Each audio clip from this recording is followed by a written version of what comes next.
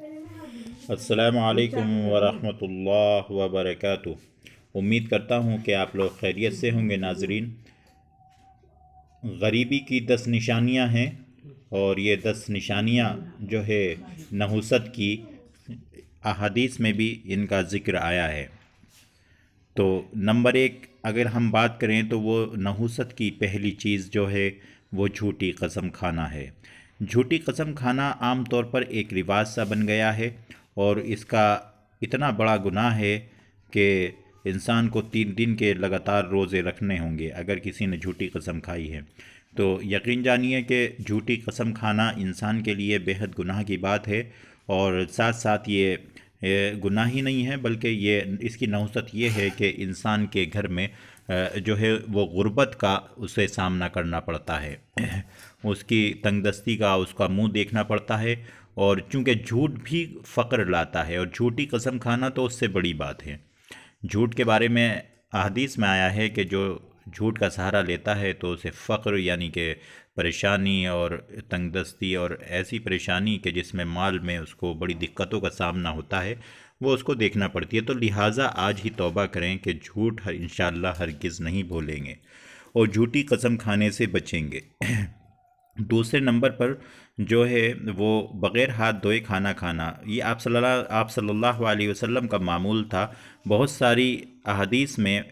اور باقاعدہ اس کا ذکر ہے، اور کھانے کی سنتوں میں بھی اس بات کا ذکر کیا گیا ہے کہ کھانے سے پہلے ہاتھ دھوئے جائیں۔ کھانے سے پہلے ہاتھ دھونا سنت ہے، اور البتہ یہ ہے کہ کسی کپڑے سے، کسی تولیے سے اسے صاف نہ کیا جائے بلکہ سیدھے ہاتھ دھو کر کھانا کھانا، اور پھر کھانا کھانے کے بعد ہاتھ دھونا، اور پھر اپنے ان ہاتھوں کو کسی کپڑے سے، کسی تولیے سے صاف کرنا، یہ سنت ہے۔ تو آج ہماری زندگی سنتوں کے برخلاف ہے، اور پھر کہتے ہیں کہ صاحب ہمارا کام نہیں چل رہا، ہمیں بڑی پریشانی ہو رہی ہے، ہمارا کاروبار نہیں چل رہا ہے، بندش ہو گئی، فلاں ہو گیا، یہ ہو گیا۔ تو بہرحال لیکن وہ دیکھتے نہیں ہیں کہ احادیث کے اندر باقاعدہ طور پر کیا کہا گیا ہے۔ چونکہ سنتوں پر عمل کرنا تو ہم یہ سمجھتے ہیں کہ صرف یہ اس کا تعلق تو صرف ثواب سے ہے، اور چونکہ انسان آج کل یہی اپنے ذہن میں رکھتے ہیں کہ ہمیں جو ہے صرف وقتی طور پر فائدہ مل جائے، آخرت کی بات تو وہ پس پشت ڈال دیتے ہیں۔ حالانکہ یہ سوچنا چاہیے کہ جو بھی سنت ہے یا فرض ہے یا واجب ہے، شریعت نے جو کچھ اس انسان کے ذمے رکھا ہے اور شریعت پر جو عمل کرنے کا اس کو حکم دیا گیا ہے، وہ صرف اور صرف اس کے اندر اگر دیکھا جائے، غور کیا جائے تو اخروی فائدے تو ہیں ہی، لیکن دنیاوی فائدے بھی اس کے اندر اللہ تعالیٰ نے رکھے ہیں۔ ہاتھ دھونے کا مطلب یہ ہے کہ انسان کے ہاتھ پر جو کوئی بیکٹیریا ہوگا، جو کوئی جراثیم ہوگا، جو نہ جانے کتنے مہلک اس کے ہاتھوں پر جراثیم ہوں گے، تو وہ جب وہ ہاتھ دھوئے گا پھر کھانا کھائے گا تو ان جراثیم سے اس کی حفاظت ہو جائے گی۔ اور اسی طریقے سے جب کھانا کھانے کے بعد وہ ہاتھ دھوئے گا، اور اس کے بعد ہاتھ دھونے کے بعد کسی کپڑے سے صاف کرے گا، تو اس کے ہاتھوں کے اندر جو خوشبو ہے جس سے اس کے ہاتھوں کو کسی نہ کسی چیز سے نقصان ہو سکتا ہے، تو اس سے اس کی حفاظت ہو جائے گی۔ اور یہ ایک طریقہ ہے، ایک ادب بھی ہے، ایک شائستگی ہے جو شریعت نے ہمیں سکھائی ہے۔ بہرحال کھانے سے پہلے ہاتھ دھونے کا اہتمام کریں، اس سے اللہ تعالیٰ غربت سے، تنگ دستی سے حفاظت کرتا ہے۔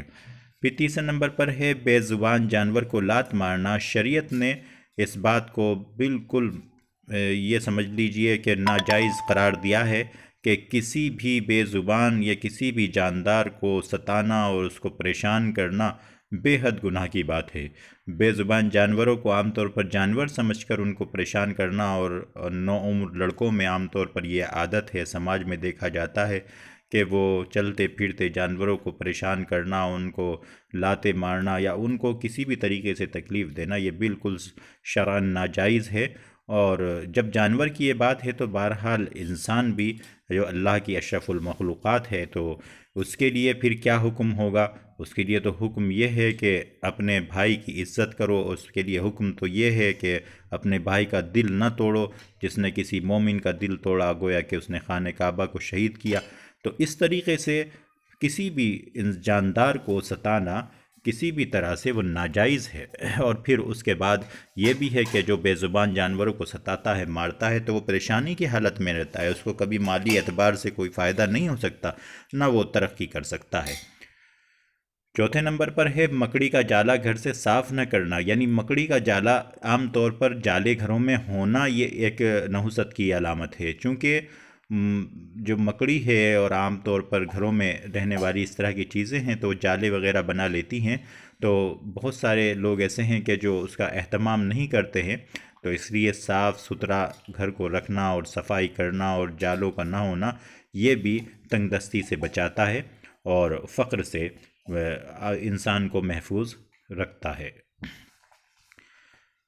آگے جو نمبر ہے اس میں ہے اولاد کو کوسنا یا بد دعا دینا۔ اس کا مطلب یہ ہے کہ جو کوئی شخص اولاد کو کوستا ہے یا بد دعا دیتا ہے تو اس کی جو روزی ہے اسے تنگ کر دی جاتی ہے۔ یہ بالکل صاف اس میں احادیث میں ذکر اس بات کا کثرت سے آیا ہے کہ اولاد کو کوسنے والا ہمیشہ محتاج رہتا ہے، تو اس لیے اپنے غصے کو کنٹرول کرتے ہوئے اپنی اولاد کو نہ کوسا جائے، کیونکہ ماں باپ کی بد دعا اور دعا اللہ کے نزدیک بڑی اہمیت کی حامل ہے، تو اس لیے اگر کوشش کی جائے کہ اولاد کو تنبیہ کرنے کا کوئی اور راستہ ہو، البتہ زبان سے کسی طرح کا کوئی الفاظ نہ نکالے۔ ہم نے دیکھا ہے کہ معصوم بچے، جو چھوٹے چھوٹے بچے جن کو ابھی اپنی ہوش بھی نہیں ہے، ان کو خیال بھی نہیں ہے، وہ صحیح طریقے سے اپنے آپ کو سنبھال بھی نہیں سکتے، اور ماں نے جھنجھلاہٹ میں اس کو کوسنا اور بد دعائیں دینا شروع کر دیا، جو صرف اور صرف جہالت کی بات ہے۔ اور جو شرعی اعتبار سے جو شرعی تہذیب اور تمدن اور اسلامک سویلائزیشن جو سکھائی گئی ہے وہ یہی ہے کہ اپنے اولاد کو کوسنا نہیں چاہیے اور ان کو بد دعا نہیں دینی چاہیے، چونکہ اس سے انسان کو فقر کا منہ دیکھنا پڑ سکتا ہے، تو اس لیے اس سے احتراز کیا جائے۔ پھر ہے فقیر کی بے عزتی کرنا۔ یہ عام طور پر اس معاشرے کی ایک بڑی کمی بن گئی ہے کہ سماج کے اندر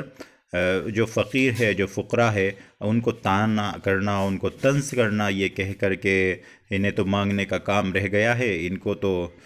کوئی کام ہی نہیں رہ گیا ہے، یہ تو پریشان کرتے رہتے ہیں، یہ تو ایسے ہیں، یہ تو ویسے ہیں، کچھ جاؤ کچھ کما لو، جو کچھ کر لو، کیوں مانگتے ہو، اس طرح کی باتیں کرنا یہ ہرگز اس بات کی شرعی طور پر اجازت نہیں ہے۔ اگر آپ کو لگتا ہے کہ یہ شخص جو ہے صاحب حیثیت ہے لیکن جو ہے یہ مانگ رہا ہے، تو اگر آپ کو انکار بھی کرنا ہے تو اس طریقے سے انکار کیا جائے کہ اس کا دل نہ توڑا جائے۔ بہرحال کوشش تو یہ کی جائے، آپ کو معلوم نہیں ہے، وہ تو اللہ کے کو معلوم ہے اس کا حال، ہو سکتا ہے آپ اس کو اچھا سمجھتے ہوں، بہتر سمجھتے ہوں، اور جبکہ وہ اندرونی طور پر بے حد پریشان ہو۔ اسے انسان کے ظاہر سے اندازہ لگانا اور اس کے اندرونی حالات کا یہ صحیح نہیں ہے، بلکہ ہو سکتا ہے جب وہ تمہارے پاس سوال کے لیے آیا ہے تو تمہیں تو صرف یہ دیکھنا ہے کہ اللہ تعالیٰ نے جو فقیر ہے، جو مانگنے والا ہے، جو سائل ہے، چاہے وہ کسی بھی حیثیت کا تمہیں لگتا ہے، اس کو دے دینا چاہیے اور خیرات کرنا چاہیے، کیونکہ حدیث میں ہے کہ جو کوئی جب خیرات رک جائیں گی تو پھر فقر آتا ہے، پھر محتاجگی آتی ہے، تو اس لیے فقیروں کی کبھی بھی بے عزتی نہ کی جائے اور ان کو منع نہ کیا جائے۔ وَأَمَّا السَّائِلَ فَلَا تَنْهَرْ، قرآن میں کہا گیا ہے کہ مانگنے والے کو ہرگز منع مت کرو، تو اس کو جو کچھ حیثیت ہے انسان کی اس کو دینا اس کے لیے ضروری ہے، اور اگر اس کو دیا جائے گا تو اللہ تعالیٰ انشاءاللہ اس کے عوض میں دنیا میں بھی اور آخرت میں بھی اس کا بدلہ عطا کریں گے۔ رات کو گھر میں جھاڑو لگانا۔ عام طور پر جو مائیں ہیں اور بہنیں ہیں وہ انہیں اس بات کا علم نہیں ہے کہ رات کو جھاڑو لگانے سے جو ہے غربت کا اور تنگ دستی کا سامنا دیکھنا پڑ سکتا ہے، تو اس لیے رات کو جھاڑو نہ لگائی جائے، بلکہ اس کا جو جھاڑو لگائی جائے، صفائی کی جائے، لیکن دن میں، رات کے کسی حصے میں جھاڑو لگانے کی ممانعت ہے۔ ٹوائلٹ میں بات کرنا۔ عام طور پر آج کل موبائل اور فون کا زمانہ ہے، تو اس لیے ہم نے دیکھا ہے اور لوگ سب کو معلوم ہے اس بات کا کہ ٹوائلٹ میں عام طور پر کال آتی ہے اور اس میں انسان کی آوازیں کی پھر اور اس کی گفتگو کرنے کی آوازیں بھی شروع ہو جاتی ہیں، اور جو یہ درست نہیں ہے، کیونکہ ٹوائلٹ میں بات کرنا انسان کو محتاجگی اور اس کی غربت کی طرف اس کو لاتا ہے، تو اس لیے ٹوائلٹ میں بیت الخلاء میں بات کرنے کی ممانعت ہے۔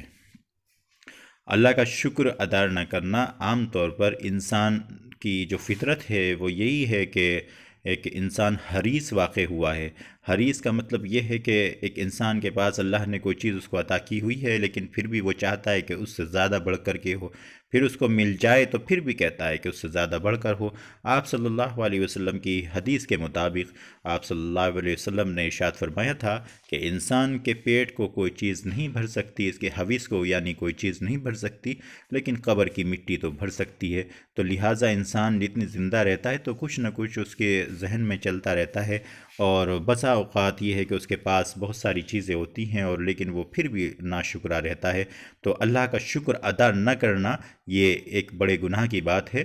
اور ظاہر سی بات ہے کہ وَلَئِن كَفَرْتُمْ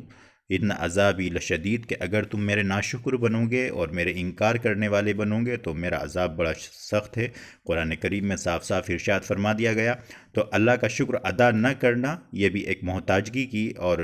کی علامت ہے، اور یہ کہہ لیجئے کہ اگر ہم شکر ادا کریں گے وَلَئِن شَكَرْتُمْ لَأَزِيدَنَّكُمْ، قرآن کریم میں صاف ارشاد ہے کہ اگر تم شکر ادا کرنے والے بنو گے تو اللہ تعالیٰ اس نعمتوں میں، ان چیزوں میں جس پر شکر ادا کیا جائے گا تو اضافہ ہوگا، اور اللہ تعالیٰ اس میں اضافہ فرماتے چلے جائیں گے۔ تو ظاہر سی بات ہے کہ اللہ کا شکر ادا کرنا بہت ضروری ہے، کتنی ہی تنگ دستی ہو، کتنا ہی انسان کو پریشانی کا سامنا ہو، لیکن پھر بھی اس کو بہت ساری اللہ کی نعمتیں ہیں اور رحمتیں ہیں جو انسان کو اللہ تعالیٰ نے عطا کر رکھی ہیں، تو اس کا شکر ادا نہیں کیا جا سکتا، لیکن انسان کو ہر اعتبار سے اللہ کا شکر ادا کرنا چاہیے۔ پانی کا پینے کا پانی بغیر ڈھکے ہوئے رکھنا یا بغیر کھلا ہوا رکھنا، تو اس کا مطلب یہ ہے کہ عام طور پر قرآن کریم کا جو اور احادیث میں جو بہت ساری تعلیمات ہیں ہمارے سامنے، وہ یہ ہے کہ بہت ساری چیزیں اس میں بہت ایک بڑی تفصیل ہے اس کی کہ پانی کھلا نہ رکھا جائے۔ پانی نہ کھلا نہ رکھنے کی ایک وجہ یہ بھی ہے کہ شیطان کا اثر اس پانی کے اندر آ جاتا ہے، اور اس پانی کی ڈھکنے سے یہ ہوتا ہے کہ شیطان اس پانی سے دور رہتا ہے۔ پینے کے پانی کو کھلا رکھنا ویسے بھی غلط ہے، چونکہ اس کے اندر بہت ساری ایسی چیزیں جو انسان کو پتہ نہیں ہے، کوئی بیکٹیریا ہے، کوئی جرمز ہے، کوئی ماسکیٹو ہے، کوئی مچھر ہے، کچھ اور ہے، تو اس میں چلا جائے اور پھر اس کے بعد انسان کے لیے وہ پریشانی کا باعث بن جاتا ہے۔ تو پینے کے پانی کو ہمیشہ ڈھک کر رکھنا چاہیے، اور اس میں ویسے بھی ممانعت ہے کہ پینے کے پانی کو کھلا رکھنا یہ درست نہیں ہے۔ تو ناظرین، اس ویڈیو کو ہر مسلمان تک شیئر ضرور کریں، اور آپ جو ہے اس ویڈیو کے بارے میں اپنی رائے دیں اور کمنٹ باکس میں اپنا کمنٹ کیجئے گا، چینل کو سبسکرائب کیجئے گا۔ اللہ تعالی ہمیں نیک بات سن کر اس پر عمل کرنے کی توفیق عطا فرمائے، آمین ثم آمین۔